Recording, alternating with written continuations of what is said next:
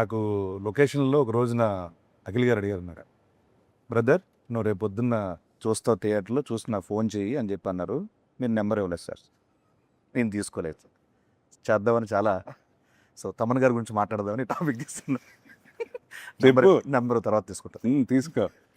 So soul of line అది fantastic. సినిమాలో ఆయన బ్యాక్గ్రౌండ్ స్కోర్ కానీ సాంగ్స్ ఆల్రెడీ వినేస్తున్నారు.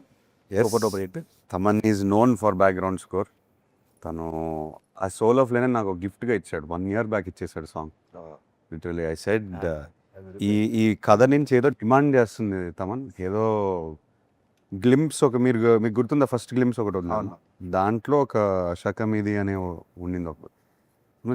ఇంకా డిమాండ్ చేస్తుంది సినిమా, ట్రై చేయదన్నా అని చెప్తే he came up with soul of line. And అప్పటి నుంచి మాకు ఇన్స్పిరేషన్. నాకు నందుకి ఎప్పుడు కూర్చుని మాట్లాడిన కథ గురించి సోల్ ఆఫ్ లైన్ ప్లే చేసుకుంటూ మాట్లాడతాం. అండ్ దాని నుంచి ఎన్నో మూమెంట్స్ వచ్చాయి, దాని నుంచి ఎన్నో బ్యాక్గ్రౌండ్ స్కోర్లు వచ్చాయి. అండ్ మీరు థియేటర్లో చూస్తారు.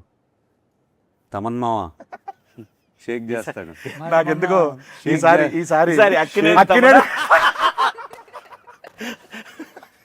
ఎక్కువ ఇంటి పేర్లున్న మనిషి ఎవరైనా ఉన్నారంటే, వ్యక్తి ఎవరున్నారంటే అది తమన్ గారే.